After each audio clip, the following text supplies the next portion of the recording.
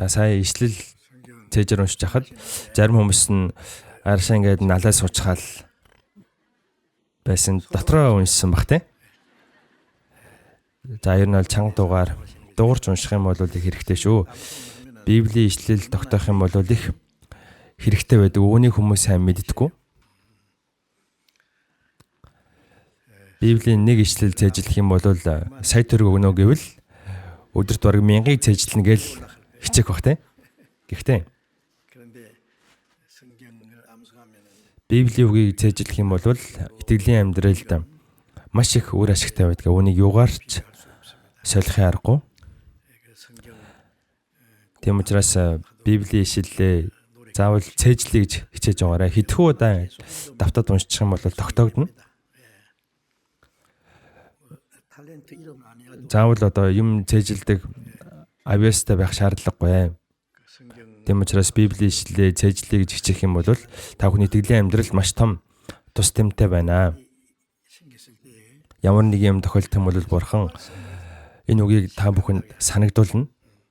Иохан 14 дээр ариун сүнс энэ үгийг та нарт санагдуулна гэсэн үг гардаг. Та бүхний сонссон, сурсан, цээжилсэн үгийг та бүхэнд санагдуулаад ямар нэгэн хэцүү зүйл тохиолдох юм бол энэ үгээр Бурхан бид нарыг тайлгаруулж биднэрт мэргүү хааны өгч бидний сэтгэлийг хүчрхэгжүүлдэг.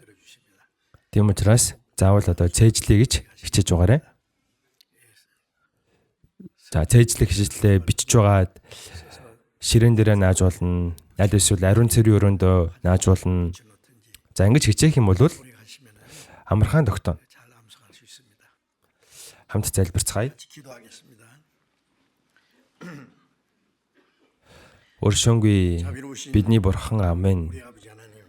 Бурхан таны тогтоосон түүхийн төгсгөлийн цаг мөчид бид амьдарч байна. Энэ ертөнц хором уу их замбрааг болж байна.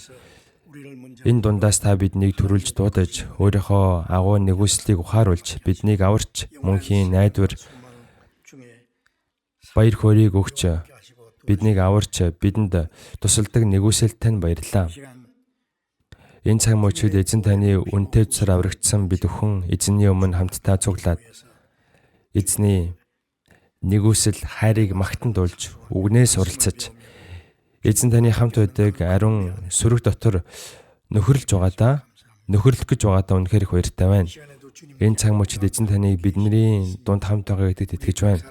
Хүн тус бүрийг та ажиглан анхаарч, өөрийнхөө энэрэнгүй мотраар түшин тулж, эзэн минь та өөрийнхөө нэгүсэл үг, ариун сүнсний хүч чадлаар биднийг улам илүү шинчилж, бид Бурханы хүүхдийн хувьд ичиг зүйлгүй амьдрахад бидний амьдралыг та удирдах өгнө.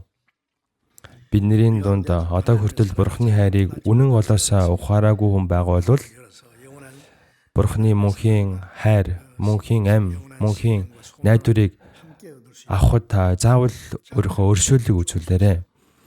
Орон даяараа манай чуулган, дэлхийд даяараа манай чуулганууд байгаа билээ. Хэцүү хүнд нөхцөл байдал дотор итгэлээ сахиад амьдарч байгаа бүхий л ахын дүүстэй ариун сүнсний хүч чадал мөн өөрийнхөө үгээр та хамт байж энэ хормоо завхарсан үеэс та хамгаалж Бурханы сайн мэдээ хүчтэйгээр тунхаглахдах та тусалж Бурхан таны агуу ажлыг илүү хүчтэйгээр явуулахад та тусална.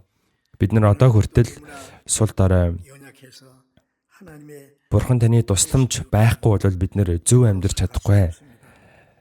Эзэн минь та бидний сэтгэлийг зөв зохистой болгож, эзэн минь та өөрийнхөө үг болон хүч чадлаар бидний амьдралыг бүрэн дүүрэн захирч, бид Бурханы хүүхдийн хувьд ичиг зүйлгүй амьдрахад та биднийг удирдах өгнө. Цаг үе болгонд хэрэгтэй үедэн бидэнд үгээ өгдөг эзэн минь энэ цаг мөчид гисэн өөрийнхөө ухааруулахыг хүсэж байгаа үгээ бид бүхэнд ухааруулж хэрхэн яаж авах ёстойг минь та зааж өгнө. Эзэн Есүсийн нэрээр гуйн залбирлаа. Амен.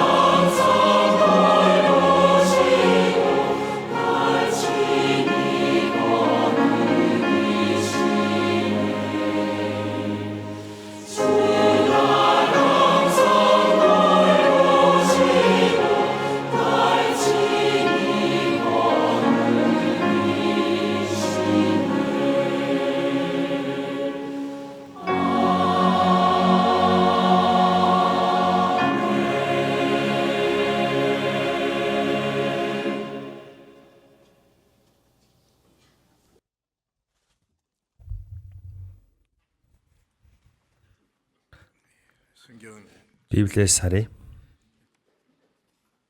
로마서 Ром 8 дугаар бүлэг. Ром 8.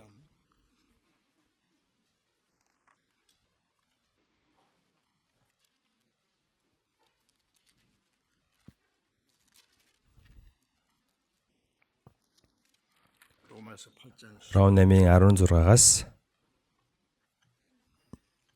로마서 8장 16절 16-аас 18 хүртэл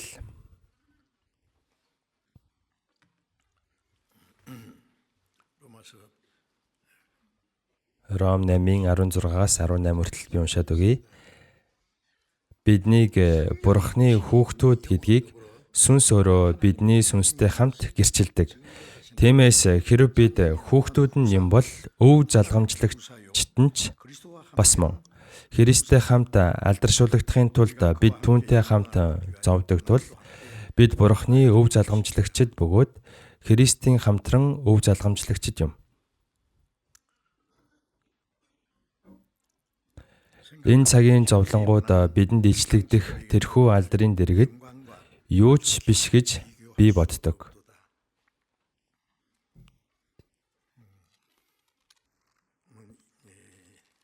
읽은 말씀을 중심해서 Энэ уншсан үгээрээ Христэд итгэгчийн зовлон ба алдар гэсэн сэдвээр хамтдаа үнэ сурцгаая.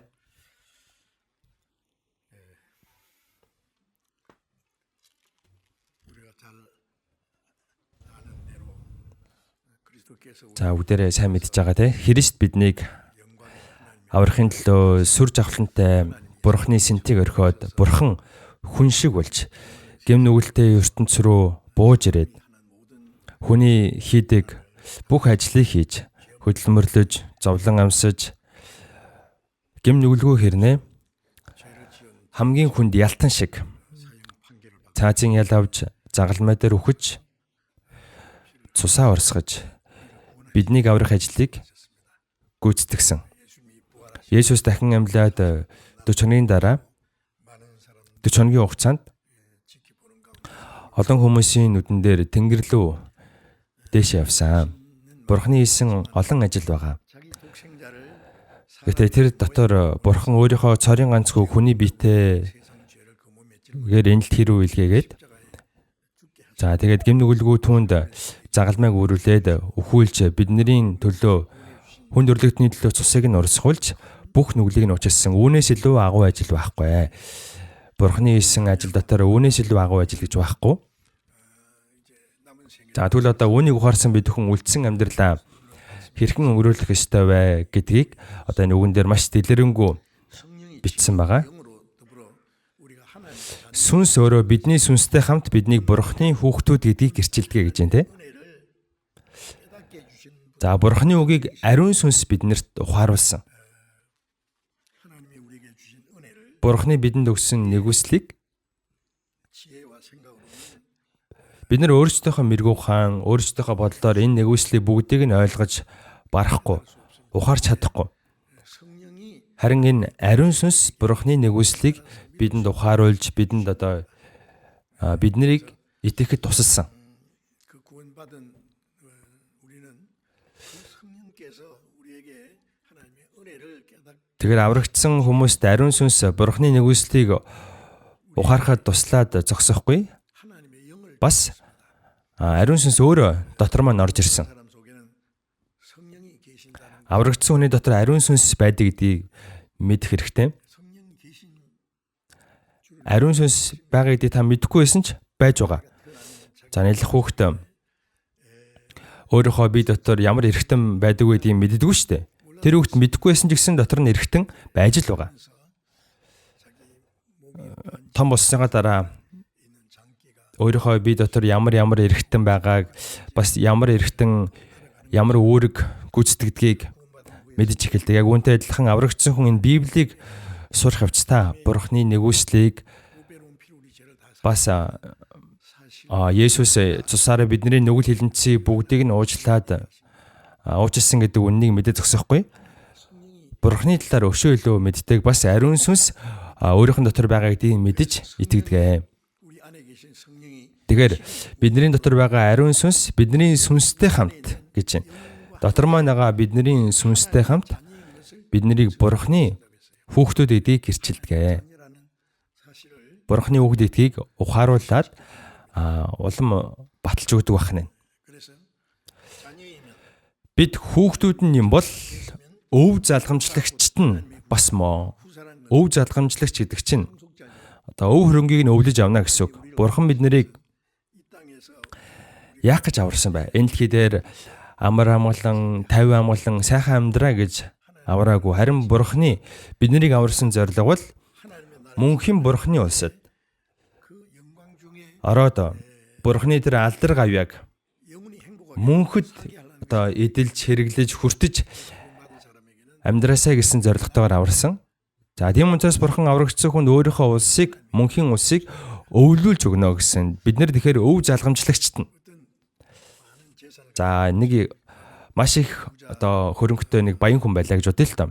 За тэр айлын хүүхэд нь болоод төрчих юм бол дараа нь тэр хүүхэд том болоод тэр баяны бүх хөрөнгийг өвлөж авна. Өв залгамжлагчт нь болно.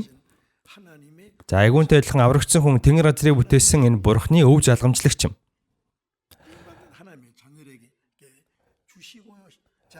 Бурханы аврагдсан хүүхдүүддээ өгөхийг хүсэж байгаа зүйл гэж байгаа. Бид бол Христтэй хамт тийм өв залгамжлана гэсэн. Бид нэр Бурханы бүх зүйлийг Христтэй хамт одоо эдэлж хэрэглэнэ. Одоо энийг хамтран өв залгамжлагчаа гэж хэлдэг. Христтэй хамт гэсэнтэй. Христтэй хамт алдаршуулгдахын тулд бид түүнтэй хамт зовдгоо гэсэн үг байдаг. Бид нэр эзэнтэй хамт алдаршуулгадна. Есүс биднийг аврахын төлөө загалмай дээр өгсөн, шарлыг нь булшин тавьсан, 3 оны дараа эргэж амилсан. За тэгээд Есүс Бурханы алдар сур руу орсон.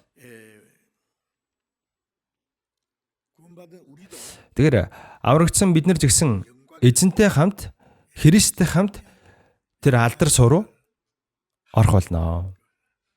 Бид нэр тэр алдар гавьяаг авах Бурханы өв залгамжлагч. Бид нэр хамтран өв залгамжлагч.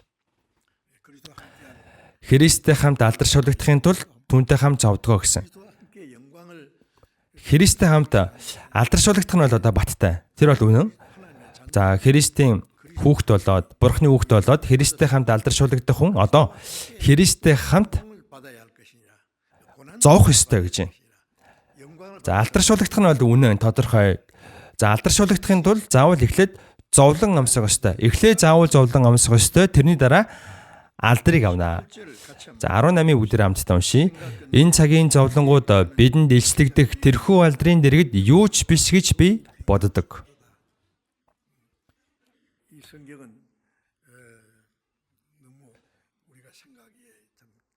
За энэ Библи үг бол үнэхээр чухал үг. Тийм учраас энэ үгийг бичиж хагаад ширээн дээрээ наагаад, ариун цэргийн өрөөндөө наагаад, галтгоондоо ч наагаад тэгэд энэ үгийг байнга та бүхэн бодох юм бол энэ үгнээс амар тайван баяр хөөргийг мэдрэх болно. Энэ цагийн зовлонгууд. За тэгэхээр аврагдсан хүн одоо зовлон амснаа гэсэн үг. Христ биднийг аврахын төлөө зовлон амссан. Бид нар ч гэсэн эзэнтэй хамт энэ дэлхий дээр амьдарч байгаа. Амьдарч байгаа хугацаанд ч гэсэн бид нар зовлон амснаа. Бидний амсж байгаа энэ зовлон бол хожим мань эзний өмнө очиод авах алдрын маань хажууд юу ч бишээ гэж байна. Тэгэхээр бидний одоо амсж байгаа зовлон бол юу ч биш, бас төр зурих өчүүхэн. Зовлон тийм ээ амслаа гэж одоо үсрээл үхэн штэ. Тэрнээс хэтэрнэ гэж бол байхгүй.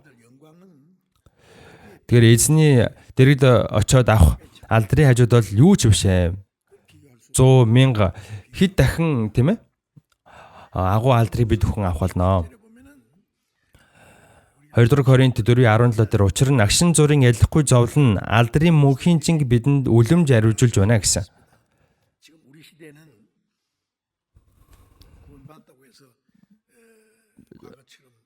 За одоо бол тийм ээ аврагдсан хүмүүс бүр дээр үеийн хүмүүс шиг айхтар авчигдаал аврагдсан гэдгээсээ болоод баригдаал, шоронд ороод, ташурдуулаад амиа алдах юм уу? За иймэрхүү юм бол одоо их цөөхөн шүү дээ, ховор. 지금도 어떤 다른 종교에 의해서 그리스도인들이 전도하면은 Одоо ч гэсэн тийм одоо ингээл зарим одоо ингээл айхтар ингээл шашин шүтлэгтэй хүмүүст одоо сайн мэдээг тараах юм бол зарим итгэж хүмүүс амиа алддаг. 외에 Гэхдээ ер нь бол их одоо эрх чөлөөтэй улсуудад бол шашин шүтэх, хэс шүтэх хууль нь чөлөөтэй болцсон. Тийм учраас нэг айхтар одоо ингээл хууль зөрчиж дүрм зөрчиггүй бол нэг айхтар зоох шаардлага одоо бол байхгүй. Гэхдээ Христэд итгэж хүн өдөр тутмын амьдралдаа амсдаг зовлон гэж байдаг. Гарцаагүй байдаг. Тэгэхээр агшин зургийн энэ зовлон 신약 성경이 기록될 당시에는 많은 환란이 гэдэг байгаа шүү дээ. Гэхдээ энэ шинэ гэрээ бичигдэж байх үед маш их зовлонтой байсан. Итгэлээсээ болоод улсаасаа хөөгддөг байсан, хотоосоо хөөгддөг байсан, зарим нь хийс эрэгт үтгэгдэж амиа алддаг байсан. 우리가 그것은 잠시 받는 За тэрийг тухайн үеийн хүмүүс агшин зургийн зовлон гэж үзсэн. Есүс биднэрт ингэж хэлсэн. ертөнцид та нар зовлонтой байна. Гэвч зоригтой байх тун би ертөнцийг ялсан. 세상을 ертөнцийг ялсан эзэн хамт байдаг учраас ямар ч зовлон хавчлага тохиолдох үед 너무나 당 эн чинь мэдээжийн зүйл ирэх ёстой мэрж байна. Бурхны цорын ганц хүү энэ дэлхий дээр бууж ирээд янз бүрийн зовлон амссан. Тэгвэл бид нар одоо зовхгүй байна гэж бол байх болов? Байна гэж байх уу? 그러나 잠시 받는 Агшин зургийн яллахгүй зовлон. 환란에 경한 것이 Агшин зургийн яллахгүй өчүүхэн зовлон гэсэн. 그런 말미암아 За тэрнийхээ хариуд бүгдээрээ алдрын мөнхийн жинг одоо үлэмж хариужуулж авна гэсэн. 영광의 중한 것을 이루게 하미니 우리가 고난 잠시 Бид нэр төрхөө хугацаанд зовлон амсна. Бидний амсж байгаа зовлон бас яллахгүй өчүүхэн зүйл. Харин тэрнийхээ хариуд бүгдээрээ эзэн рүү очиод бүр дэндүү агуу алдар суг авахулна гэж хэлсэн. 그리스도인이 Тэгэхээр Христэд итгэж хүн зовлон байдгаа. Итгэлээсээ болж заримдаа 사람들에게 хохирн хүмүүс үзэн ядна, зарим нь гадуурхан, 억울한 заримдаа хийс хэрэгт гүтгэдэн. Еврэ 1장 11:24 дээр ингэж гардаг. Итгэлээр Мосе 90 цент хүрээд фараоны охины хүү гэж нэрлэгдэхээсээ татгалзав. 모세는 애굽 Мосе бол Египтийн фараон хааны 왕의 공주의 양자 одоо өргөмөл хүү байсан. 잘하면은 За ер нь бол явандаа Египтийн хаан болох онцгой эрхтэй байсан. Гэтэл Мосе итгэлээр фараоны охины хүү гэж нэрлэгдэхээсээ татгалцсан. Өөрийнхөө нөгөө эрх чөлөө алдар суг хог хийж байгаа юм шиг хайсан. 그리고 За тэгээд бурхны ард түмэнтэй зовлон амсъя гэж шийдсэн байна. 이스라엘 Өөрийнх нь ард түмэн Израильчууд Египтэд 400 жил дарлагдж, боожлогдож амьдэрсэн. 그 바로의 공주의 아들이라는 Тухайн одоо Египтийн соёл, Египтийн сүр хүч бол үнэхээр агуу гайхамшигтай байсан. Гэхдээ бүгдийг нь хог хийж байгаа юм шиг л Мосе хайсан. 자기 За тэгээд өөрийнхөө ард түмэнтэй хамт боожлогдож байгаа ард түмэнтэйгээ хамт ад үзэгдэж зовлон амсах нь дээрэ гэж үтсэн. Нүглийн цаг зургийн зугаанаас дээр гэж үтсэн байна. 애굽의 궁중에서 Египтийн хааны ордонд эдэлдэг эрх чөлөө зугаа цэнгэлийг нүглийн цаг зургийн зугаа гэж хэлсэн. 왕궁에서 죄를 За тэгэхээр одоо Мосе хааны ордонд гин нүгэл хийсэн гэсэн үг биш шүү. Өөрийнх нь ард түмэнд тэнд зовлон амсч байхад 자기도 өөрөөдсөн адилхан еврей хүн, Израиль хүн. За тэгээд ганцаараа Египтийн хааны ордонд ингээл жаргалтай амьдрахыг зогсгүй гэж үтсэн байна. Энийг тэр амьдралаа нүглийн цаг зургийн зугаа гэж үтсэн. За би өөр нь ингэж байснаас өөрийнх ард түмэнтэй хамт зовлон амсъя. Энэ надад илүү дээрэ гэж Мосе үтсэн байна. 애굽의 모든 보아보다 더 Египтийн бүх эрдэнэсээс илүү дээр гэж үтсэн. Зовлон амсахыг Египтийн бүх эрдэнэсээс агуу баялаг гэж үтсэн. 좋아했다. Учир нь тэр шагналыг харж байлаа. Мосе 모세는 бурханд итгэдэг байсан. 자기는 하나님의 백성 백성이지만은 지금 고난 받는 것도 За бурхны ард түмэн болох юм бол зовлон амсна гэдгээ мэддэг байсан. 하나님의 백성과 함께 고난 받게 될 때 За тэгээд бурхны ард түмэнтэй хам зовлон амсах юм бол хожим маань бурхны өгөхийг хүсэж байгаа мөнхийн алдар гавья байгаа гэдгийг тэр мэдсэн, тэрийг харсан. Тэр шагналыг харж байлаа гэсэн. 앞에 있는 영원한 영광 За тэр урдаа байсан шагнал алдар гавьяаг харж байсан учраас Египтийн эрх чөлөө, эрх мэдэл, эд баялаг, аз завшаан гэд бүгдийг нь хог мэд хайсан. 자, 이런 말씀들은 За эдгээр өнөд одоо биднэрт их сургамж болдог. 먼저 그리스도께서 Эхлээд 우리를 Христ биднийг аврахын төлөө ертөнц рүү бууж ирээд 하나님의 Бурхны цорын ганц хүүгийн хуваар тэр зовлон амсан. Тэр зовлон бид нэр бодож хэрэгтэй. 고난과 영광을 우리가 За Христийн амсан зовлон алдрыг бүгдээрээ их сайн мэдэх хэрэгтэй. 1-р 1:11 дээр 예수님이 그리스도께서 오실 것을 예언하던 Христ Есүс одоо 91-ийг зөгнөж бичсэн хуушин гэрээний иш үзүүлэгч нар 속에 그리스도의 영이 계셨습니다.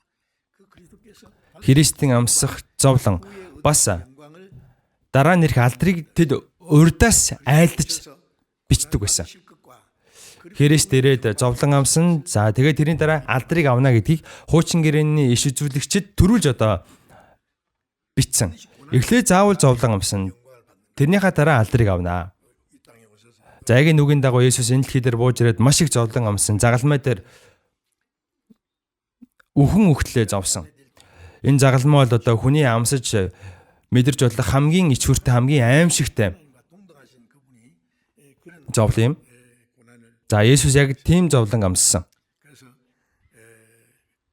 За тийм зовлон амсчаад дахин амьлаад Бурхны алдар сур орсон. За үүнийг хуучин гэрээний үеийн иш үзүүлэгч нар урдаас айлцсан байна. Эхлээд тэр зовлон амсан, дараа нь алдрыг авах болно гэж төрүүлж ингэж одоо зөгнөж бичсэн. 주님이 십자가에 Есүс загалмай дээр цовлогдож өгөхийнхаа өмнөх шөнө, баригдахынхаа өмнөх шөнө Гетсеман цэцэрлэгт залбирдаг үйл явдлыг та бүхэн мэднэ үстэй. Есүс маргааш нь баригдаад 서서 шүүхээр орж цаазын алавч тухайн Ромын хуулийн дагуу 때로 사형수에게 내리는 그 고통과 цаасын давцсан дээр зогсож зовлон амсаж одоо өгөх ёстой байсан. Тэрнийхээ өмнө Есүс залбирсан. Аава болж өгвөл надаас энэ аягийг өнгөрүүлээч. Есүс биднэртэй яг адилхан биетэй байсан. Зарим хүмүүс ингэж ярьдаг. Есүс Бурхны хүүхд юм чин загалмай дээр цовдлогдсон хэрнээ огтхон ч өвдөөгүй гэдэг. Юу гэж тэхэвдэ? Биднэртэй адилхан биетэй. Есүс 주님은 заримдаа ядраад Галил нуран дээгүүр явж явах үедээ замны мод ирлээд унтсан, өлсдөг байсан, цангадаг байсан, заримдаа уйлдаг байсан. Яг л биднэртэй адилхан ийм сул дорой хэврэгхэн махбодтой байсан. 그런데 사람이 생각도 못한 갑자기 За хүн зүг зүгээр ээж байгаа гинтийн зүйл тохиолдох юм бол 나간다든지 죽기까지 한다든지 хэцүү юм тохиолдох юм бол за тэрнтэй ингээл тулаал дайрал гардаг. Гэтэл Есүс гим нүгэлгүй хэрнээ зүг зүгээр байсан хэрнээ цаазын ял аваад маш их тарчлаад маш их зовлон амсаа тэгээ загалмай дээр өөхөх ёстой байсан. Ингэж зовлон амсны гэдгийг мэдсэн хэрнээ өөрөө тэр зовлонг чиглэж явсан. Есүс ингэж хэлсэн. Хин ч амийг минь надаас авахгүй. Харин би өөрөө түүнийг өгнө гэсэн. 억지로 예수님에게 Есүсээс хин ч 뺏어갈 амийг нь хүчээр авч чадахгүй шүү дээ. 예수님은 이 세상에 Есүс энэ дэлхий дээр яах гэж ирсэн бэ? Өөхөх гэж ирсэн. 없는 분이 Гэмгүй нэгэн гэмтнүүдийн өмнөөс 모든 죄 үхэж 몸에 짊어지고 бүх нүглийг нь өөрийнхөө дээр үүрч 하는 죄인처럼 хамгийн хүнд ялтан шиг өөх гэж Есүс ирсэн. Тийм учраас би өөрийнхөө амийг өөрөө өгнө гэж хэлсэн. Тийм учраас Гетсеман цэцэрлэгт хамгийн сүүлчийн удаа залбирахдаа эзэн минь энэ яг надаас өнгөрүүлээч. Биднэртэй яг адилхан махбодтой байсан болохоор 육신은 십자가의 그 수치와 энэ махбод чинь загалмайн тэмээ зовлон өвдөлтийг хүсэхгүй шүү дээ. Энийг өнгөрүүлээч гэж Есүс хүссэн. 그 예수님 앞에 있는 그 죄인들이 지은 죄와 Есүсийн өмнө байсан гэмтнүүдийн хийсэн гэм нүгэл 잔을 예수님 마셔야 되는 예수 안 за тэрийг Есүс уух ёстой. Есүс тэр гэмтнүүдийн аягийг уухгүй бол бид нар өөрсдөө Бурхны тэр шүүлтийн хараалын аягнаас уугаад там руу орно шүү дээ. Энэ яг надаас өнгөрүүлээч гэд Есүс дуусгачаагүй. Гэхдээ миний хүслээр биш. Харин танихаар болог. Уул нь миний хүсэл бол миний махбодын хүсэл бол энэ аягийг өнгөрүүлмээр байна. Гэхдээ миний хүслээр биш. Эцэг минь та өөрийнхөө хүслээр үлдээрэй. Филиппе 2-ын 7-8 дээр харин хэдийгээр тэрээр Бурхны дүр байсан ч өөрийгөө юу ч үгүй болгон боолын дүрийг авч хүнтэй адил болжээ. Үхэлд загалмайн үхэлд хүртэл дуулууртай байваа. Үхэлд хүртэл дуулууртай байсан. Бурхны хүсэл бол гэмгүй Бурхны хүү үхэж бидний нүглийг уучлах байсан. Нүглнүүдийг аврах нь Бурхны хүсэл байсан. Бурханд үүнээс өөр арга байгаагүй. Тийм учраас Есүс үхэлд хүртэл дуулууртай байж загалмайг өрсөн. Тийм учраас аава миний хүслээр биш ээ. Миний хүсэл бол энэ зовлон өнгөрөөсэй гэж хүсэж байна. Гэхдээ та өөрийнхөө хүслээр үлдээрэй. Аавын хүсэл юу вэ? Гэмгүй нүгэлгүй тэр нэгэн нүгэлтнүүдийн өмнөөс үхэх байсан. Тийм учраас бидний амсах ёстой байсан хараал шитгэлийг бидний өмнөөс амсаж бидний нөгөө хараал шитгэл Есүс рүү шилжсэн. 장자 죽는 Алгасал баярын үеэр 그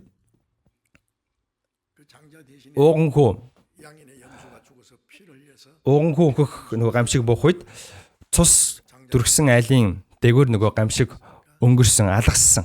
출애굽기 12장 13절 보면 내가 피를 볼 때 너희를 넘어가리. Би цусыг хараад та нарын дээгүүр өнгөрөх болно.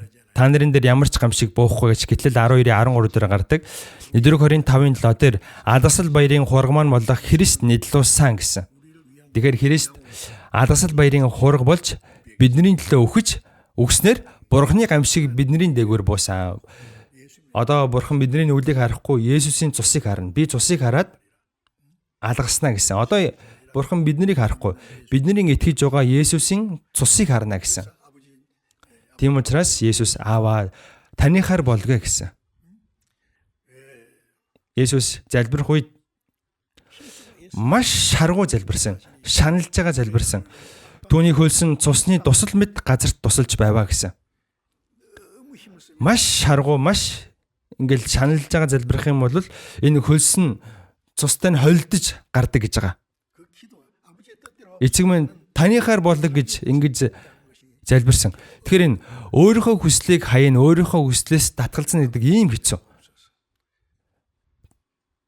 그 기도가 너무 Есүс энэ залбирал үнэнхээр хэцүү байсан болохоор Тэнгэр элчнэр хүртэл Тэнгэрээс түндэр ирээд түүнийг тэнхрүүлж байлаа гэж гардаг. 를 행해서 나아가신 그 모습 그 로마 군인들이 Есүс загалмайг өрөөнд явж байхад Ромын цэргүүд нүүрэл нулимсан, алгацсан, саваагаар нүрийг нь цогсон.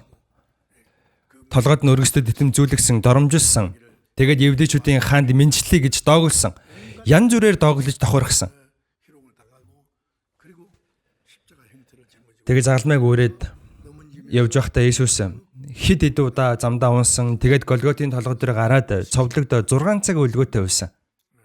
Хамгийн сүүлд нь бүх цусаа урсгачаад гүйцэлдлээ гэж хэлээд нас орсон. Тэр үед нас орсон дараа 3 цаг түнэр харанхуй болсон. Нар өртөл гэрлээ алдсан. Газар хагарсан, газар өөлсөн, Бурхан дэлхийгээс нүрээ буруулсан. Ийм агуу үйл явдал өөр хизээ болсон юм бэ? 우리가 За үүний ачаар бүгдээрээ аврагдсан. 그래서 예수님께서 십자가 Тийм учраас Есүс загалмай дээр зовлон амснараа биднийг аврах ажлыг хийж гүйцэтгсэн. За тэгээд дахин амьлаад Бурхны суу алдар руу Есүс орсон. 그러면 이제 그리고 Иохан 12-ийн 24 дээр 예수님께 누가 말했어 예수님이 Есүс баригдахын өмнө хідэн грек хүн Есүс дээр 헬라인 ирж Есүстэй уулзсан. Грек хүн чинь харь үндэстэн Израиль хүн биш үү? Евдэйчүүдийн хаанд 사람들이 주님 мэдчлээ. Эзэн минь ээ. 거기 보면은 За тэр үед Есүс тэр хүмүүстэй уулзсан гэсэн үг гардаггүй. Есүс шууд буудаан үр газар сунан эс өхвэс тэр ганцаараа үлдэн харин тэр өхвэс олон үр гаргана гэсэн. Хэдэн грек хүн ирж байгааг хараад Есүс загалмай дээр өөхөө дахин амьсныхаа дараа маш олон харь үндэстэн хүмүүс эзний өмнө ирээд аврагдны эдийг грек хүмүүс ирж байхад Есүс төрүүлж харсан. Маш олон харь үндэстэн хүмүүс аврагдахын төлөө эхлээд Есүс буудаан ганц үр шиг загалмай дээр өөхөх ёстой. Тэнгэрээс газарт бууж ирсэн энэ буудаан үр өөхгүй бол Есүс өөхгүй бол хэн ч аврагдахгүй. Хэрэв өөх юм бол олон үр гаргана. Цорын ганц хүү өөх юм бол Бурхны олон хүүхэд төрнө. За тэгэхээр Есүс өөхийнхаа өмнө бол цорын ганц хүү байсан. Харин өөхөө дахин амьсныхаа дараа цорын ганц өөхөө байхаа болсон. Харин олон ах дүү нарын ууган нь болсон. За Есүс дахин амьлах үед булсан дээр нь ирсэн эмэгтэйчүүдэд Есүс ингэж хэлсэн. Ах дүү нарт минь та нар очоод шавнырыгаа ах дүү нараа гэж хэлсэн. Би эцэгтэй буюу та нарын эцэгт гэсэн. Та нарын эцэг миний эцэг. Миний бурхан та нарын бурхан. За Есүс дахин амьсныхаа дараа цорын ганцгүй байхаа болсон. Олон ах дүү нарыг төрүүлсэн болохоор за яг үнтэй адилхан Есүс улаан буудаан ганц үр болж өгөх ёстой байсан. За одоо Библиэс харъя. Иврэ 12-оос харъя. Иврэ 12.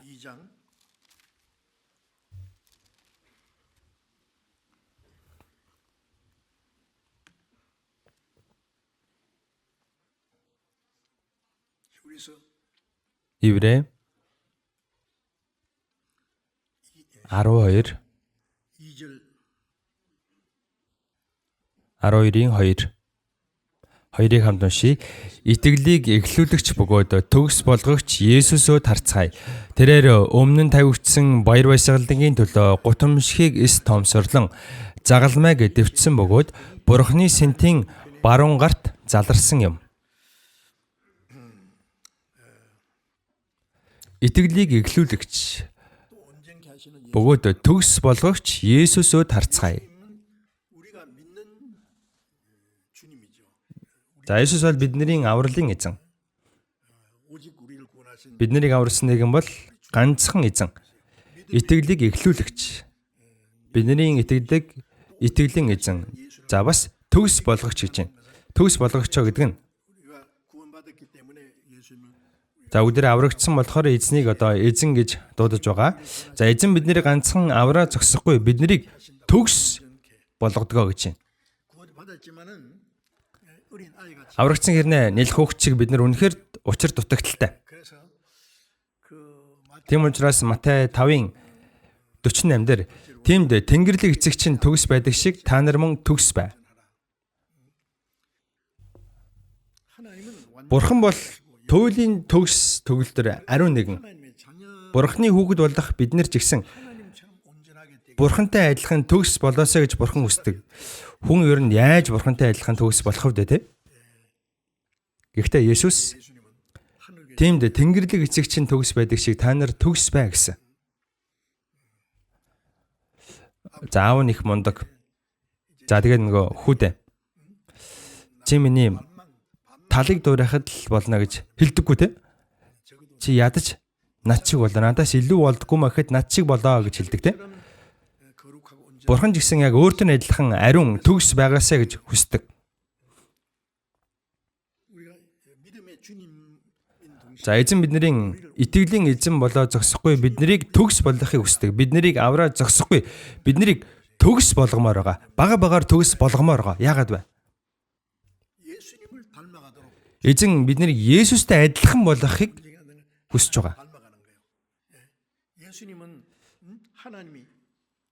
За Есүс бол Бурхан хэрнээ хүний биетэйгээр энэ дэлхий дээр бууж ирсэн нэгэн. Бидний нүдэнд Бурхан харагдахгүй. Гэхдээ бид нэр үгээр харж болно те. Итгэлийг эхлүүлэгч бөгөөд төгс болгогч Есүсөд харцгаая гэж байна. Харьяа гэж байгаа нь үг чинь. Яг л зураач моделийн урдаа суулгаж агаад цаасан дээрээ дуурайлга зурдаг те. нүдийг нь, хамрыг нь, 머리카락하는 үсийг нь ширхэг нь 자기 화복에 нөгөө цаасан дээр зурдаг штэ. Яг үүнтэй адилхан 처럼 온전하신 예수를 바라보자. төгс болгогч Есүсөд харцгаая гэж байна. Тэгэхээр бид нарыг Есүс авраад зогсохгүй. Эзэн маань өөрөө төгс болохоор 주님을 우리의 마음 эзнийг бид нэр өөрийнхөө амьдрал болон сэтгэлдээ яг тэр чигт нь буулгад зурх хэрэгтэй. 내 마음과 내 Эзнийг бид бүхэн өөрсдийнхөө амьдрал, өөрсдийнхөө зан чанарт буулгаж зураад яг дуурайх хэрэгтэй. 바울 사도는 내가 그리스도를 Нэгдүгээр Коринт 11:1 дээр Илч Паул би Христийг дуурайдаг шиг намайг дуурайцгаа гэсэн. Илч Паул аврагдсныхаа дараа 정말 예수님을 Есүсийг бүр яг дуурайсан. 바울의 생에 Илч Паул аврагдахаас өмнө 그 Есүст итгэдэг байсан хүмүүсийг хавчилсан Стефаныг 가편 алыг гэж санаа гарах үед саналаа өгч дэмжсэн. 올라고 작정한 사람입니다. 그러나 다메섹에서 За тэгж жагаад Дамаск руу явж явах замдаа эзэнтэй уулзсан. Тэрнээс хойш 사울이 за энэ Паулийн уул нь жинхэнэ нэр нь Саул байсан. Саул одоо Израилийн хамгийн анхны хаантай адилхан нэртэй байсан. За тэрнээс хойш Паул гэдэг нэртэй болоод өчүүхэн гэдэг нэртэй болсон. Тэгээд Ромд очиж сайн мэдээ тараах хүртлээ, өөхөх хүртлээ. Илч Паул Есүсийг одоо яг дахин амьсан мэт Илч Паул амьдэрсэн гэж ойлгож болно. 예수님은 제자들에게 나를 За Есүс шавнартаа намайг харсан хүн эцгийг харна гэсэн. Филипп эцгийг харуулаач гэхэд нь намайг харсан хүн эцгийг харна гэсэн. 또 아버지를 Юун та нар дахиад эцгийг харуулаач гэдэг байгаа юм бэ гэж хэлж ирсэн. 예수님은 갔었는데 Яг үүнтэй адилхан Есүс явсны дараа Илч Паулыг харахад яг Есүс дахин амьдсан юм шиг Илч Паул амьдэрсэн. 갈라디아 6장 Галаат 6-гийн 17 дээр учир нь бидээ Есүсийн оромнуудтай билээ гэсэн. Зовлонгийн оромнуудтай гэсэн. Есүс загалмай дээр 6 цаг өлгөөтэй байсан. 밖에서 돌아갔지만 바울은 Харин Илч Паул насан туршдаа зовлон амссан. Энд тэнд очиод маш их зовлон амссан. Лустерт сайн мэдээ тарааж хаад евдээчүүд чулуугаар цохиж алсан. Өвчлээгээд хотын гадна гаргаа хийсэн чинь дахиж босч ирээд ороод сайн мэдээ тараасан. 2년간 전도 Ромд тэгээд сүүлд нь 2 жил сайн мэдээ тарааж хагаад цаазтуулж өгсөн. Илч Паул яг Христ дахин амьдчихсан мэт амьдэрсэн гэж ойлгож байна. Тийм учраас Илч Паул би Христийг дуурайдаг шиг намайг дуурайцгаа гэсэн. Дуурай гэдэг чинь адилхан болоо гэсэн үг. Баг багаар. 우리가 하나님의 자녀가 되고 Бид нар Бурхны хүүхд болсон, бид нар Христэд итгэж болсон. Христэд итгэж гэдэг чинь Христ өөрийнх нь дотор амьдарж байгаа хүн гэсэн үг. Тэгвэл бид нар яах ёстой юм бэ? Итгэлийг эхлүүлэгч бөгөөд итгэлийг төгс болгогч Есүсөд харцгаая. Харъя гэдэг чинь зөвхөн ширтээдэ гэсэн үг биш. Христийг өөрийнхөө амьдрал сэтгэлдээ буулгаад Есүсийг баг багаар дуурайх хэрэгтэй гэсэн үг. Зураач. Цаасан дээр модель яг тэр чигт нь буулгаж зурдаг шиг. 제 서재에 За миний номын өрөөнд Москвад 지나가는 нэг удаа явж байгаад 관광객들을 위해 нөгөө жуулчдын хөрөг зургийг зурдаг одоо нэг зураач байсан. За тэгсэн чинь нэг ах пастор та нэг суугаад зуруулаач гэдгсэн. За тэгээ би суусан чинь намайг өстө дорн зурсан. 그런데 За тэгсэн чинь яг фото зурагтай адилхан зурсан байсан. Яг адилхан. Тэгээ хаяхад хайран байсан болохоор би жаазанд хийж байгаа тандаа өлгсөн. Үнэнхээр гой зурсан. 그처럼 Яг үнтэй адилхан. 주님을 내 Бид нэр эзнийг өөрийнхөө амьдрал сэтгэлдээ буулгаж зурх хэрэгтэй. 모습을 그리되 Уран зураач цаасан дээр модулээ буулгаж зурдаг шиг бид нэр яг тэгэж өөрийнхөө сэтгэл зүрхэнд буулгаад эзнийг дуурайж амьдрах ёстой.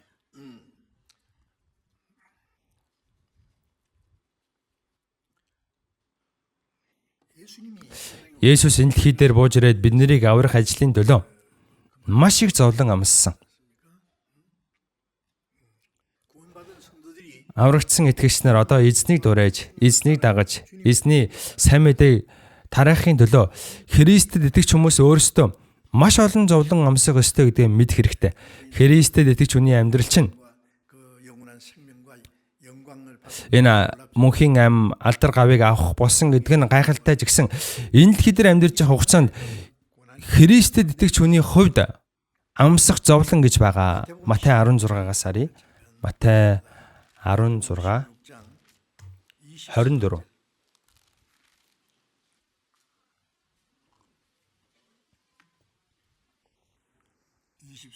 24 같이 хамт үшээ. Тэгээд Есүс шавнарт хэн нэгэн нь миний араас дагахыг хүсвэл тэр өөрийгөө үүсгэн загалмайг авч намайг дагах. 나를 좇을 것이니라. Есүс хэн нэгэн нь миний араас дагахыг хүсвэл аврагдсан бүх хүмүүс Христийн шав. Ганцхан 12 шавн байгаагүй. 마태복음 28장 Матай 28:18 дээр иймээс та нар яв бүх үндэстнийг дагалдуул гэсэн. Аврагдсан хүн бүр Христийн шав дагалдагч. Үйлс 2:41 дээр 가르쳐서 Пентекостийн өдөр 3,000 хүн нэмэгдсэн, 3,000 шав нэмэгдсэн гэж гарч байгаа. 제자는 Шав чинь багшаасаа сурдаг, багшаагаа дуурайдаг, багшаа дагдаг, багштайгаа нэг хувь тавилантай болсон 제자입니다. болдог. Эн чинь жинхэнэ шав. 그래서 Иесус ингэж хэлсэн.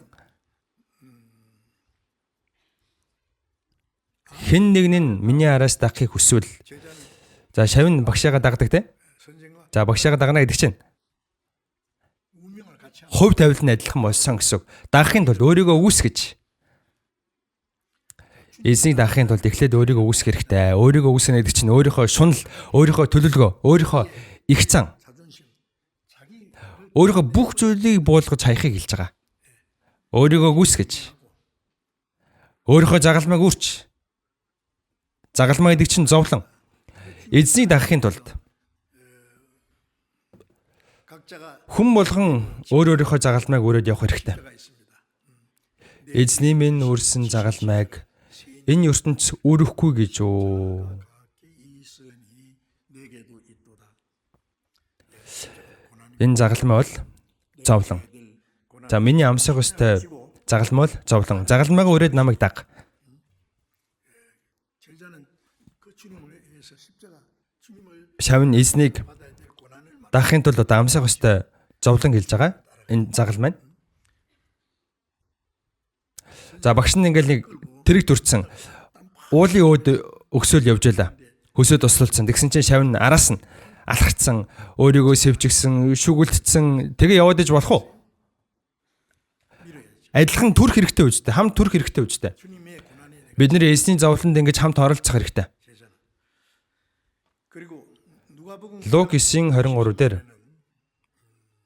загалмайгаа өдөр болгон өөрийнхөө загалмайг үрч намайг дагаа гэсэн. Өдөр бүр. 특별할 때면 Онцгой үе загалмайгаа үргээгүй штэ. Өдөр бүр өөрийгөө үүсэг. Өдөр бүр өөрийнхөө загалмайг үр. Өдөр бүр эзнийг даг.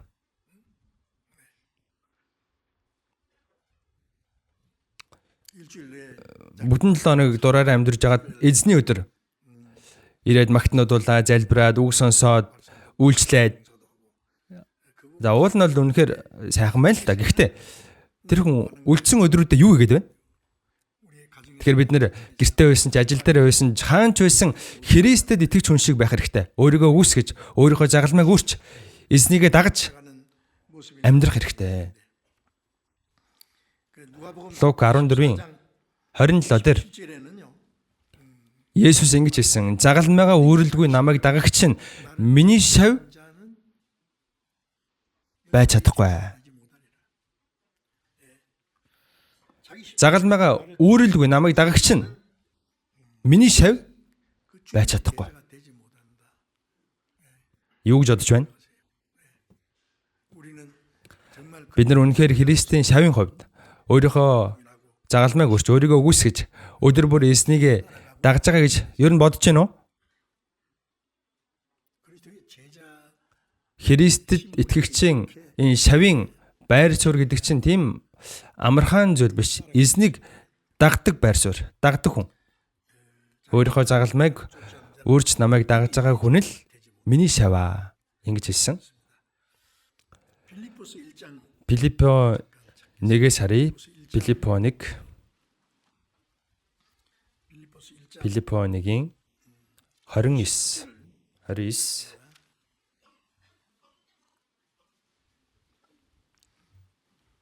빌립보서 1장 Филиппо 1-ийн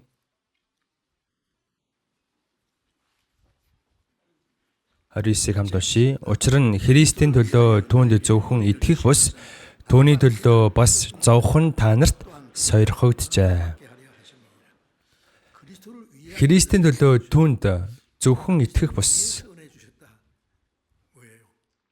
우리를 구원하신 것도 하나님 자기를 위해서 За бурхан өөрийнхөө төлөө бидний нүглийг уучлсан гэсэн. Би зөвхөн би л өөрийнхөө төлөө гэмт үйлдэлийг чинь арилхан нүглийг чинь дурсахгүй. 우리 죄를 사해 주는 것도 하나님 Бурхан өөрийнхөө алдрын төлөө бидний нүглийг уучлсан. Яагаад вэ? Бурханы дүр төрхийн дагуу хүн бүтээгдсэн болохоор энэ хүмүүс бүгд там руу орчих юм бол хэн хохирох вэ? 하나님 Бурхан хохирно шүү дээ. 죄는 사람 Нүглийг хүн ийсэн. Гэтэл нүглийн асуудлыг бурхан шийдэж өгсөн. 그래서 나는 나를 Тийм учраас би зөвхөн би өөрийнхөө төлөө нүглийг чинь арилгах нүглийг чинь дурсахгүй гэсэн. За бас аврагдсан дараа ч гэсэн. 우리를 날마다 하나님 Эзэн өдөр болгон биднийг өөрийнхөө үг болон 하나님 자기를 위해서 нэгүслээрээ удирддаг. 10편 23편 Энд чинь бас бурхан өөрийнхөө төлөө Дуулал 23-ын 3 дээр алдар нэрийнхээ төлөө зөвийн замаар намайг хөтөлтгөө гэсэн. Алдар нэрийнхээ төлөө зөвийн замаар намайг хөтөлтгөө гэсэн. Өөрийнхөө төлөө гэж байгаа ч тийм. За аав нь хүүгээ эрүүл сарвал сайн хүн болгоод өсгчих юм бол аав нь л өөрөө тийм ээ сайн нэртэй явна шүү дээ. 자녀가 잘못되면 Хүн буруу амьдрах юм бол буруу замаар явах юм бол аав нь л эвгүй байдалд орно. 우리를 구원하신 것도 Яг үнтэй адилхан бурхан биднийг өөрийнхөө алдрын төлөө аврагдсан дараа ч гэсэн өдөр болгон биднийг ингэж шинчилж, биднэр тусалж, биднийг удирдах байгаа нь эцэстээ энэ чи бурханы алдрын төлөө. 그래서 그리스도를 위하여 Христийн төлөө та нарт нэгүслийг өгсөн. Нэгүслийг өгсөн гэдэг чинь аварсан гэсэн үг. Эзэн загалмай дээр үхэж биднийг аварсан. Энэ нь Христийн төлөө гэсэн. Христийн төлөө 너에게 은혜 주신 것은 түн зөвхөн итгэх бус. 그를 믿고 구원받을 뿐 Итгээд ганцхан аврагдах бус. Түүний төлөө бас зовхон та нарт сойрхогджээ. 그를 위하여 우리를 우리가 주님을 믿고 구원받기 Бид нэр эзэнд итгээд аврагдаа зогсохгүй. Эзний төлөө 위해서 고난도 받게 하시고 зовлон амсах нь та нарт сойрхогджээ гэж байна. Эзэн бид нарыг аврахын төлөө маш аимшигтай зовлон амссан. 구원받은 후에 우리의 신앙 Аврагдсан дараах итгэлийн амьдрал бол эзний төлөө зовлон амсах амьдрал.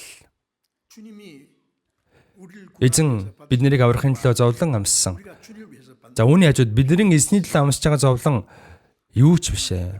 Бид нэр зөвхөн түүнд итгэх бус. Түүний төлөө зовлон амсах нь та нарт сойрхогджээ. Биднийг аварсан зорилго бол ганцхан биднийг авраа зогсохгүй аврагдсан хүн эзний төлөө 고난받게 하기 зовлон амсуулахын төлөө аврагдсан хүний эзний төлөө зовлон амсуулахын төлөө аварсан гэж байна. За энэ үгийн талаар жоохон гүнзгий бодож үзье. 그리고 그리스도인은 주님 Мөн Христэд итгэж хүн эзний сайн мэдээг тараахын төлөө зовлон амсдаг. Үйлс 7-гийн 55 дээр Стефан үйлчлэгч 7 үйлчлэгчийн нэг Стефан үйлчлэгч байсан хэрнээ бурхны үгийг маш зоригтойгоор тунхагладаг байсан. 담대히 전가를 Зоригтойгоор тунхагсан чинь евдэчүүд жигэд таглаад чулуугаар түүнийг цохиж алсан.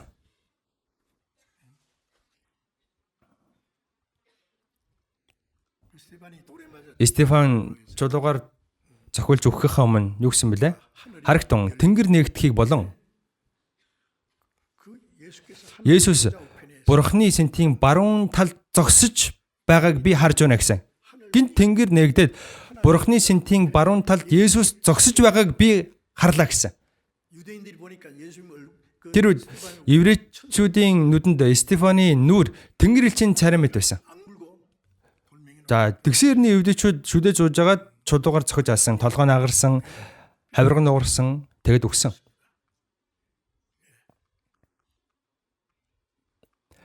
Тэнгэр нээгдэж бурхны баруун талд 예수님이 Есүс болон сууж явах ёстой. Сэнтид заларч явах ёстой. Гэтэл Стефан чулуугаар зохиулж алуулах үед Есүс год өсөрч суудлаасаа боссон Стефаныг харах гэж. 그리고 사도들은 복음을 전하는 가운데 얼마나 Мөн элчнэр сайн мэдээний төлөө маш их зовлон амссан. Үйлс 20:24 дээр Илч Паул ингэж хэлсэн. Гэвч би Бурхны нэгүслийн сайн мэдээг гэрчилж эзэн Есүсээс хүлээн авсан үүрэг албаа гүйцэхийн тулд өөрийн амийг юмчны бодлого явж ирсэн. 자기를 Өөрийг нь аварсан эзэн 십자가에 죽으시고 загалмай дээр цусаа урсгаж 대속하신 нүглийг нь уучлсан 복음을 эзний нэгүслийн сайн мэдээг тарахын тулд энэ үүрэг албыг авсан. Энэ үүрэг албааг үүсгэхийн тулд өөрийн амийг юмчны бодлого явж ирсэн. 내 육신의 Миний бие махбодын амьнаас 100 байсан ч би 100-а бүгдийг нь өргөнө.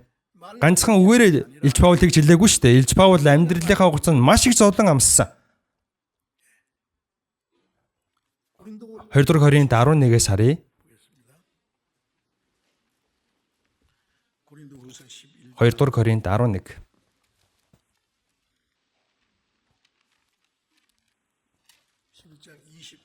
24-өөс эхлээд харъя. 고린도후서 2 дугаар Коринт 11-ийн 24. 23-аас эхэлж харъя. 23. Тэд Христийн үйлчлэгчдөө би ухаангүй мэт ярьж байна. Би бүрч илүү зүдрэл зүтгэлээрээ ч илүү хоригдсноороо ч илүү бөгөөд тоо томшгүй жанчулж үргэлж үглийн аюулд байлаа. Эвдэчүүд намайг 5 удаа 39 ташуурцсан. Намайг саваагаар 3 таа жанчиж нэг удаа над руу чулуу шидэцгээж байв.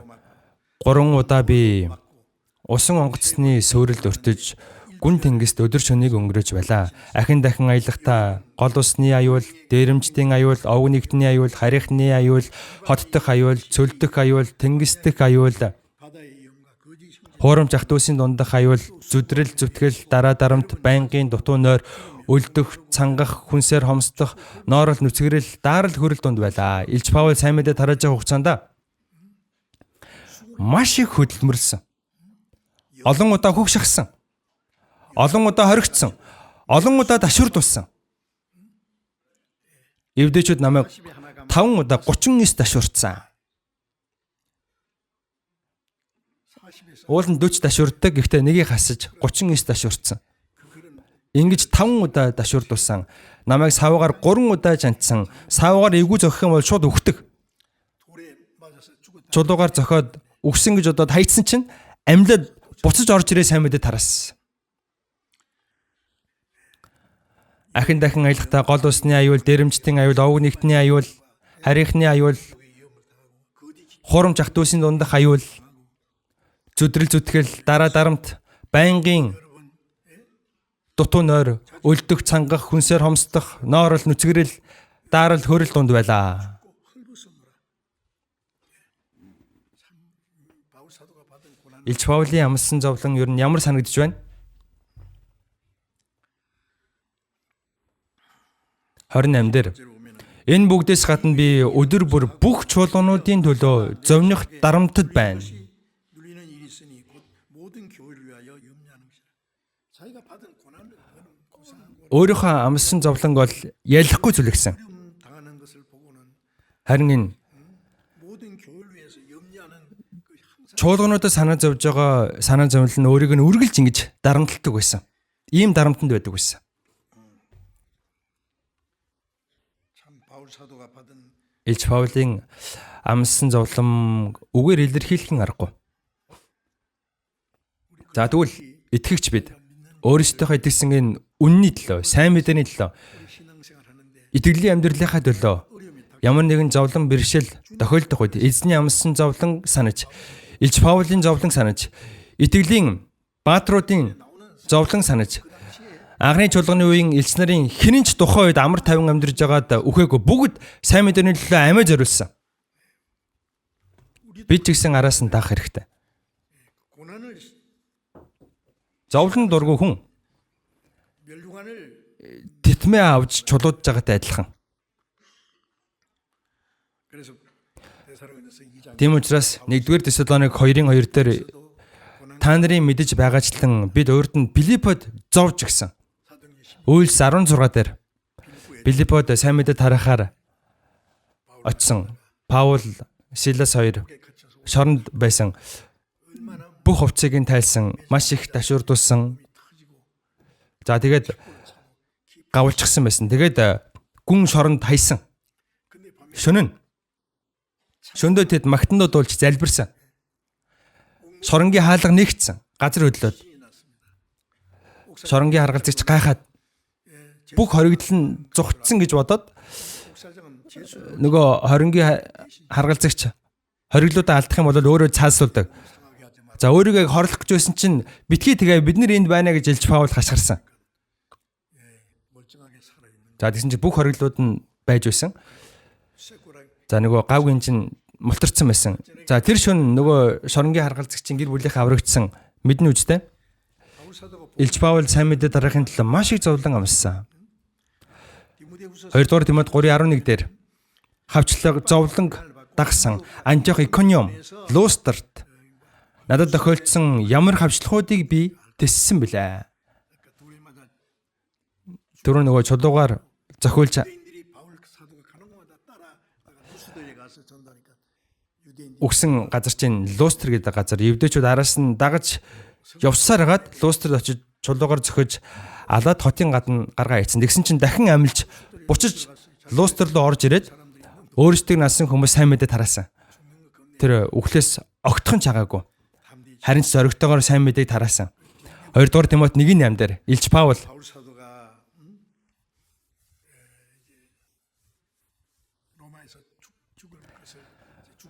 Ромд очиж өгөхийнхаа өмнө сүүлийн удаа хайртай итгэлийн хүү Тимотод номлогч Тимотод ингэж хэлсэн.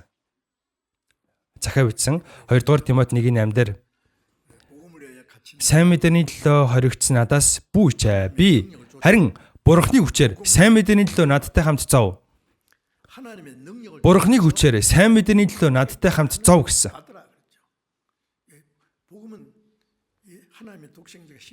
Энэ сайн мэдээ чинь Бурхны цорын ганцгүй загалмай дээр үхэж гүйцэлцгийн нэгүслийн сайн мэдээ. Энэ нэгүслийн сайн мэдээг тарахын төлөө маш олон хүмүүс амиа зориулсан. Зовлон дотор энэ сайн мэдээ тарагддаг. Зовлон дунд энэ сайн мэдээ тарагдаж Бурхны хүч бууж ирдэг. Тийм учраас Илж Паул Тимотод харин Бурхны хүчээр сайн мэдээний төлөө зовлон амссан. Сайн мэдээ тарагдж байгаа газар зовлон үргэлж байдаг. 2 дугаар Тимот 2:9-дэр үүний төлөө би хэрэгтэн адил хүлэгдэн зовж байгаа ч Бурхны үг хүлэгдээгүй.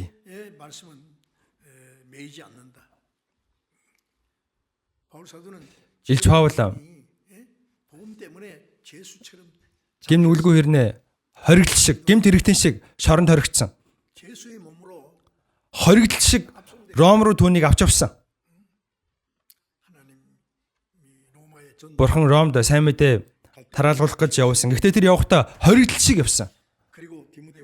2 дугаар Тимот 4:6 дээр учир нь би хэдийн ундаан үргэлж мэд асгагдаад явах цаг минь иржээ.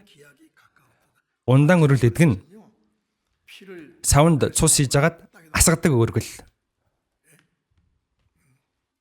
Ундаан үргэлж мэд би асгагдаад бүх цусаа би ингээд урсгалаа гэсэн үг. Миний явах цаг маань иржээ. ертөнцөөс явах цаг маань иржээ гэж Илж Паул хэлсэн. Илж Паул хурдан эзний өмнө очие гэж олон удаа хэлж байсан. За тэгээд тэр өдөр нь ирсэн. Хүсчээсээ өдөр нь ирсэн. Сүүлийнх нь нөгөө 2 дугаар Тимот 4-ийн дээр гардаг. 4-ийн 7 дээр би сайн тэмцлэр тэмцсэн, замаа дуусгасан, итгэлээ сахисан. Урд минь зөвхт байдлын дэтэм надад захигдсан байна.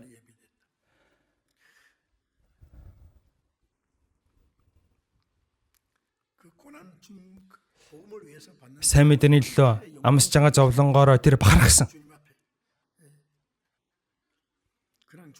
Тэр зүгээр ч нэг үхээгүй. Толгойг нь цаазсан, толгойг нь тарьсан. За би Ромд очиод Илж Паулийн хоригдсан газар дарах шоронд очиж үтсэн. Одоо хүртэл байдаг юм байлээ. Хулганууд тэрнгүүр гүйлдээл, хөг зүнэртэл. За тэндээс Илж Паулийг гаргаж ирээд цаазын давтан дээр гаргаж ирээд толгойг нь тарьсан. Толгой нь хэдэн метр нэлээд хэдэн метр өнгөрсөн гэдэг юм байлээ. 머리가.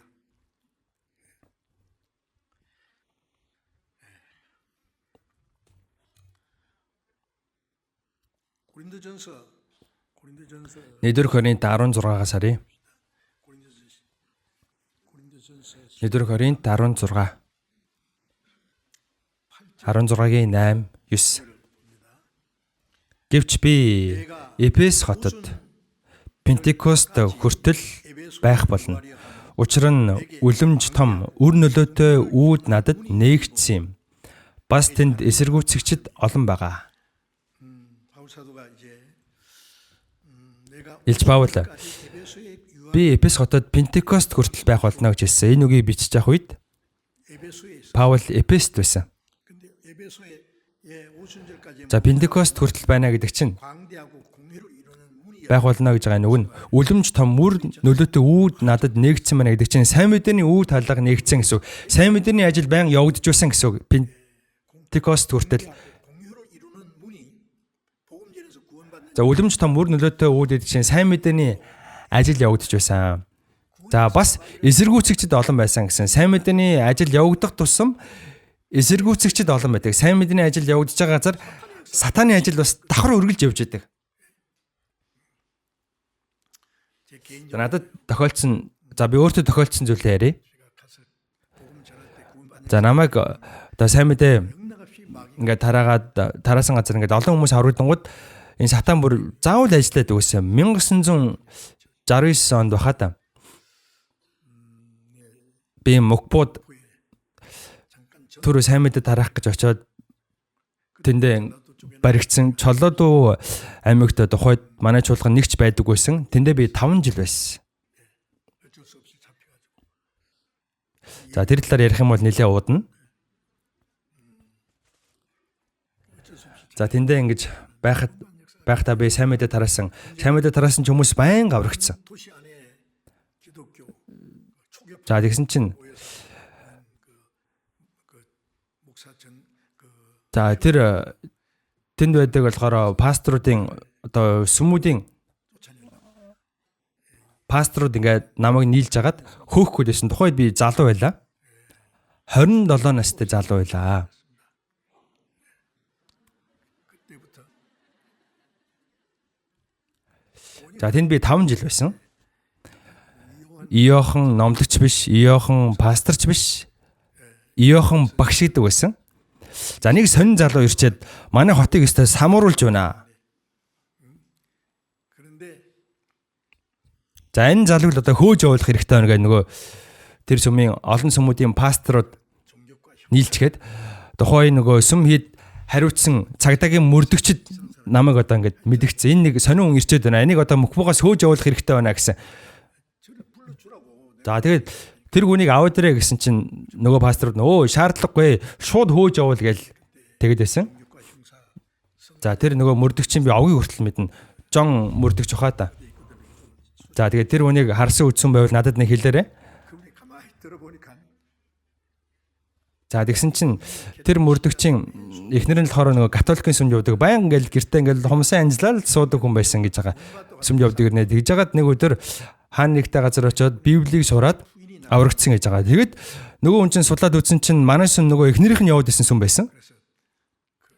협의에 За тэгээ нөгөө мөрдөгчин нөгөө холбооны том пастор руу очиод за би ер нь ингээд хараад тахад танай сүмийн пасторууд аврагдааг байх шиг байна. 자기 부인한테 들은 걸 제가요. 예. 자기 Манай эхнэр ингээд аврагдцсан гэдэг гисэн. За тэгээ нөгөө пасторууд чинь нөгөө пастор чи яасан байдаг гэсэн чинь би пасторуудын дотор байгаа олон хүмүүсийн мэднэ. Пасторуудын булхааг мэднэ. Танай пасторууд ер нь аврагдааг байх шиг байна. 그러니까 저녁에 막 선물을 Нөгөө мөрдөгч хийсэн чинь нөгөө пастор чинь тэр шөнө хайрцаг бэлэг нөгөө мөрдөгч рүү явуулсан гэсэн. Битгий хэлээрээ, битгий өөр хүмүүст хэлээрээ гэд. Тэгээ бурхан үнэхээр гайхалтай аргаар тусалж байсан. Намайг эсэргүүцчихсэн хүмүүс олон байсан. Тэгээ зогсохгүй намайг өөр алахыг завдсан хүн ч хүртэл байсан. Тэр үед Мартин Лютер надад их санагддаг байсан. Мартин Лютер сайн мэдээ тарааж байгаад нөгөө католикийн холбооноос Лютерийг алах гэж байсан те. За миний одоо амссан төлөв хажууд нь юу ч биш л те. Гэхдээ сайн мэдээ тараагдж байгаа газар энэ сайн мэдээг эсэргүүцдэг сатаны ажил үргэлж явагдаж байдаг. 하나님의 역사는 사람 Бурхны хийх гэж байгаа ажлыг хүн зогсож чадахгүй. 히브리서 Еврэ 5-ын 8-9-ийг харъя.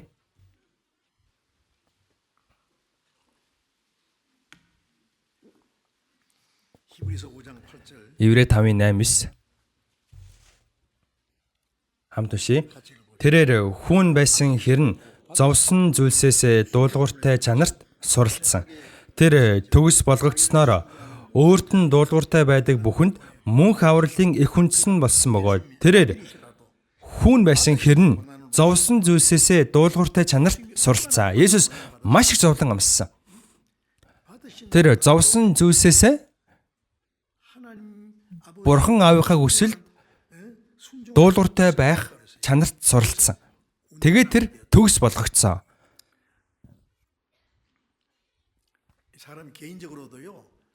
За ер нь хувь хүний хувьд гисэн хүний одоо аашцсан төлөвшхийн тулд ер нь мундаг хүн болохын тулд заавал хүн зовлон амсах хэрэгтэй, зовж үзэх хэрэгтэй. 어떤 사람은요. Зарим хүмүүс ингээд бүр багасаа ээж аваараа хамгаалуулад сайхан орчинд өсөөд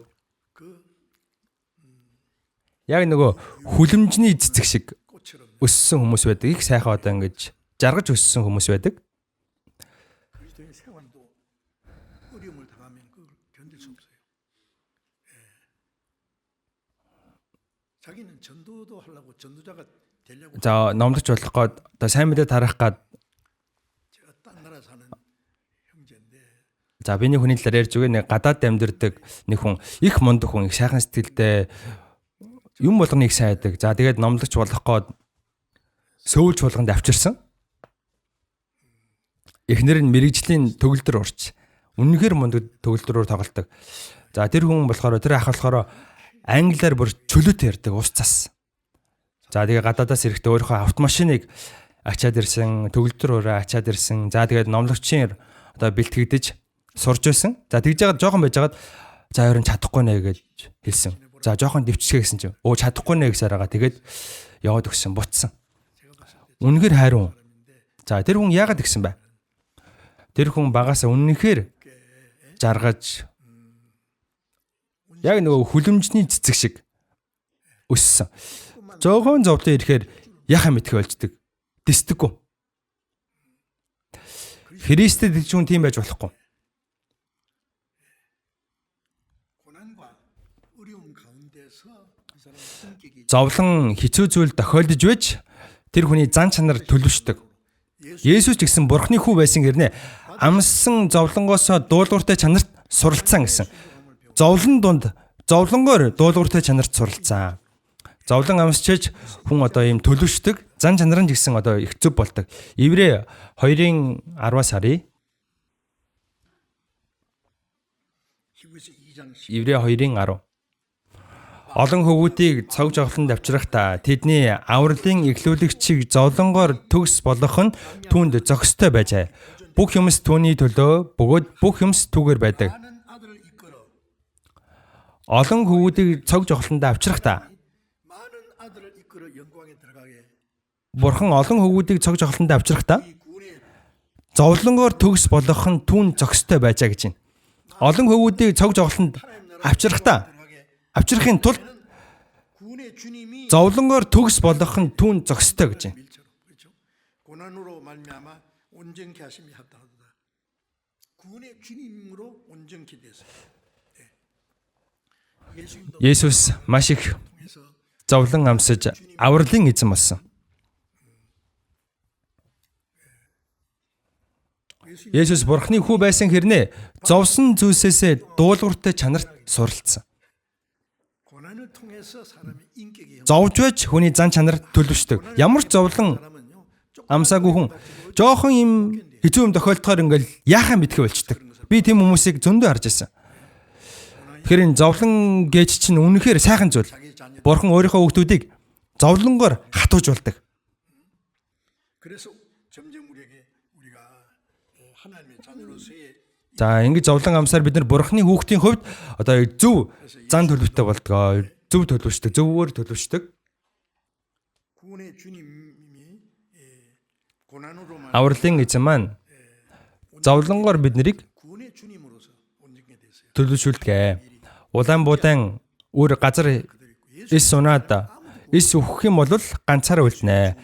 Харин өгөх юм бол олон үр гарна гэсэн. Тэгэхээр Есүс өгснээр олон хүүхдүүд төрсөн. 성경 За Библиэс дахиад үгээрээ Йов 23.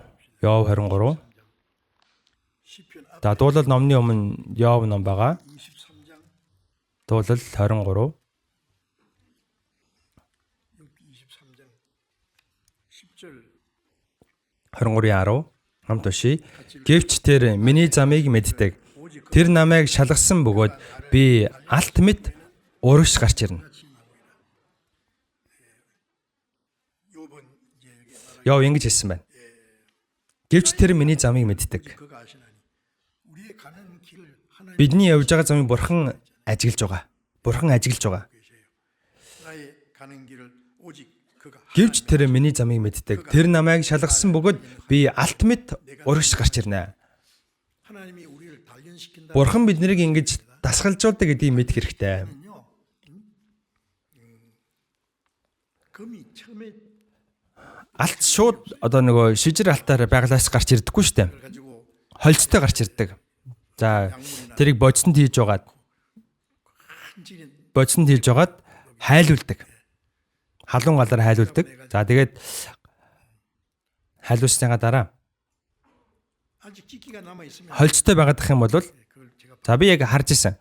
금을 갖다 놓고 망치 Холцтой байгаадах юм бол алхаар ингэж 종이장처럼 нүддэг. За тэгээд тэрийг элдвэр шиг одоо юм машинд хийж байгаад бүр ингэж нимхэн болгодог. Тэгээд холцтой байх юм бол тэр ингэж хугарчдаг юм байлаа. 속에 들어갔다가 나왔다가 За холц нь арилааг байх юм бол дахиж гал руу игээд дахиж бодсонд хийж байгаа. Тэгээд шижир алт болгодог. 하나님이 여러 가지 Яг үнтэй адилхан бурхан олон зовлонгоор биднийг дасгалжуулдаг. Тэр намайг 단련하시고 шалгасан бөгөөд би алт мэт урагш гарч ирнэ. 고난을 통해서 그리스도인의 Тэгэхээр зовж үж Христэд итгэгчийн зан чанар төлөвшдөг. 우리가 하나님이 우리를 단련시키는 가운데 Бурхан биднийг дасгалжуулах үед бид нар бурханаас олон зовлон авна гэдгийг мэд хэрэгтэй. 그래서 그 고난을 통해서 하나님이 Бурхан энэ зовлонгоор биднийг дасгалжуулдаг учраас зовлон ирэх үед 무조건 шууд л яагаад ийм зовлон хүрээд ирв гээл одоо шантраал 하지 말고 хямраал 왜 이런 고난을 주시나 ингээд ээж болохгүй яагаад ийм зовлон ирсэн болоо гэж бодоод дэсэх хэрэгтэй. 그러면 고난을 За тэр зовлонгийн 신앙 дараа зовлон туулаад гарчвал та суг өссөн байна. Таны зан чанар Христийг дуурайчихсан байх болно. Тийм учраас 1-р Петр 1:6 дээр хэдийгээр та нар одоо төр зургийн бас шаардлагатай бол элдвийн сорилтод зовж байгаа ч үүндээ үлэмж баярлдаг гэсэн. Ингэснээр итгэлийн чин шалгуур галаар шалгагдах мөхөг алтнаас ч илүү үнэтэй байж Есүс Христийн ичлэлээр магтаал, алдар, хүндэтгэлд хүрэх юм а гэсэн. 여러 가지 시험을 인하여 Элдвийн сорилтод зовж байгаа ч үүндээ үлэмж баярлдаг гэсэн. Яагаад вэ? 하나님 우리를 단련시키는 Бурхан биднийг одоо 불로 연단하여 итгэлийн шалгуураар шалгаж байна. 예수 그리스도 Энэ чинь итгэлийн шалгуур чинь галаар шалгагдах бөгөөд мөхөг алтнаас ч илүү үнэтэй байж Есүс Христийн ичлэлээр магтаал алдар хүндэтгэлд хүрэх юм а гэсэн. Бид нарыг шалгаж байгаа. 날 영광과 존귀를 얻기 Эзний өмнө зогсох үед алдар магтаал хүндэтгэлийг авахд зогстой хүн болох гээд байгаа. Тэгэхээр энэ зовлон ч өөрөө маш сайхан зүйл. 고난을 통과하지 않으면 Зовлон туулаагүй хүн 믿음이 단련되지 않아요. дасгалжуулагдахгүй. 베드로전서 За одоо жоохон сурыг 1-р Петр 4 베드로전서 4-ийн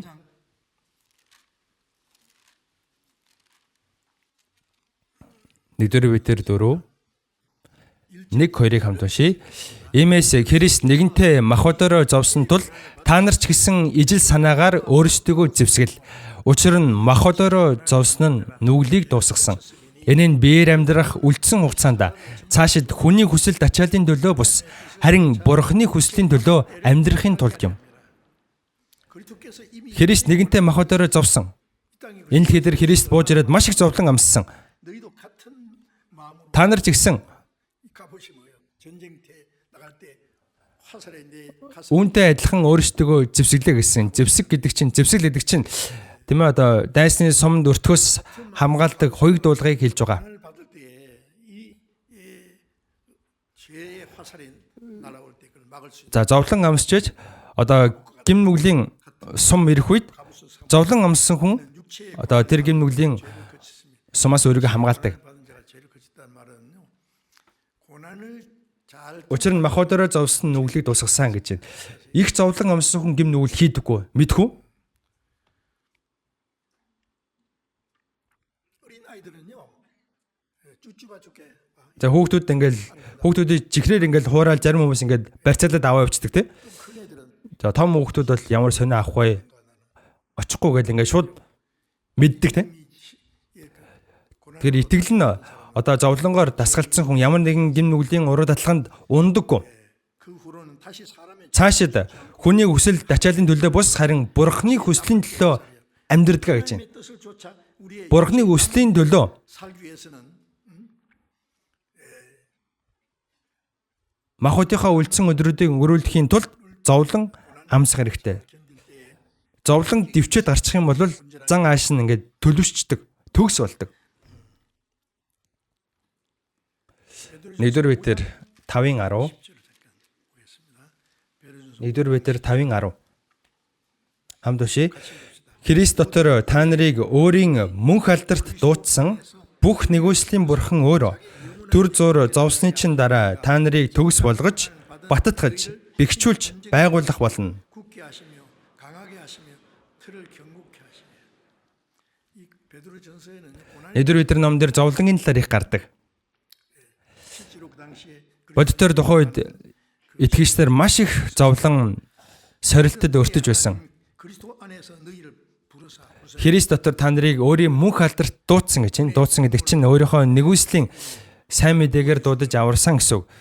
자기의 영원한 영광에 들어가게 하시니까 우리를 Биднийг дуудаад өөрийнхөө мөнх алдар руу 구원하는 건 영원한 영광에 оруулах гээд байна.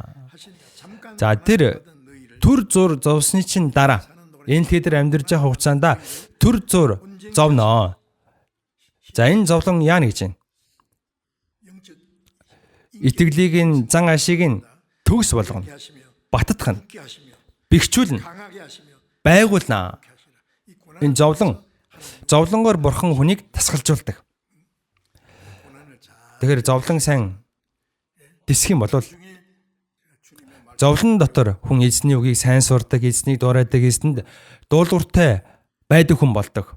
멀잖아 주님 영광 Тунгуудахгүй 그 영광 эзэн ирэх үед эзний тэр алдраас зовлон амссан хүн хүртэх болно, хүртэх эрхтэй болно.